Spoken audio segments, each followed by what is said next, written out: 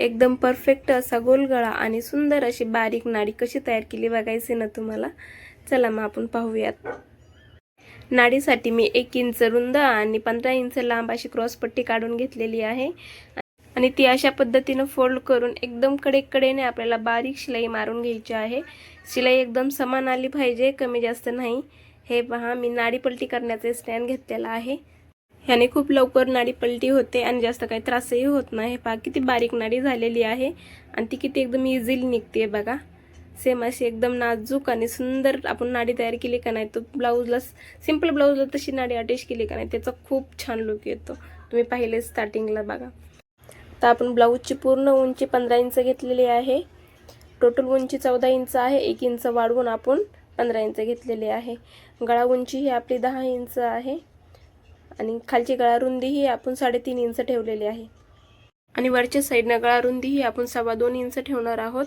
2.25 inch ठेवलं का नाही, 1/2 इंच शिलाईमध्ये जातं आणि 2.5 इंचाची वरती आपली गळा रुंदी होती पूर्ण टोटल. अशी सरळ रेष ओढून आपल्याला तिथं राऊंड शेप आखून घ्यायचा आहे. तुम्हाला जर काही समजलं नसेल तर मला कमेंट करून नक्की विचारा. हे पहा किती सुंदर राऊंड आलेला आहे बघा. सेम अशा पद्धतीने आपल्याला राऊंड आखून घ्यायचा आहे आणि वरती आपल्याला सरासरी 2.25 इंचावरती नॉट लावण्यासाठी मार्किंग करून घ्यायची आहे.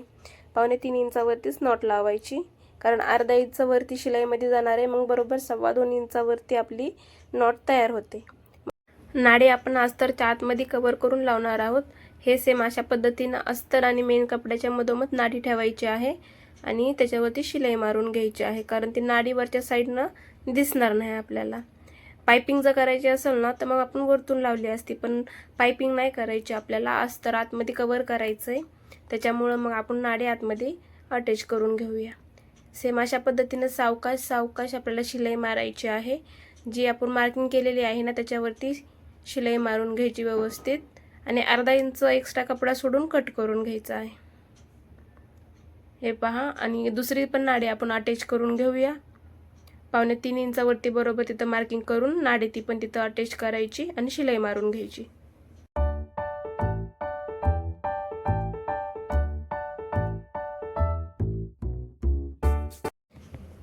पाहू शकता आपली पूर्ण शिलाई मारून झालेली आहे.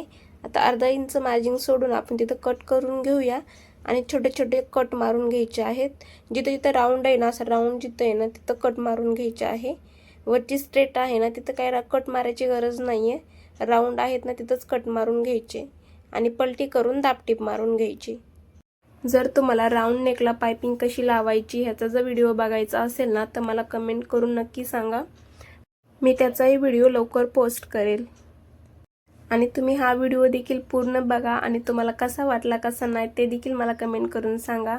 आणि व्हिडिओ जर आवडला असेल तर लाईक करा, कमेंट करा आणि माझ्या चॅनलला सबस्क्राईब देखील करा.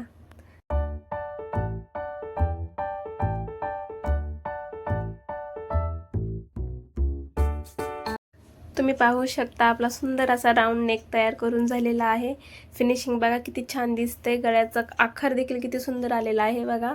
नाडी पण बघू शकता किती नाजूक आलेली आहे. लटकन छोटंसं केलंय पण छान दिसतंय.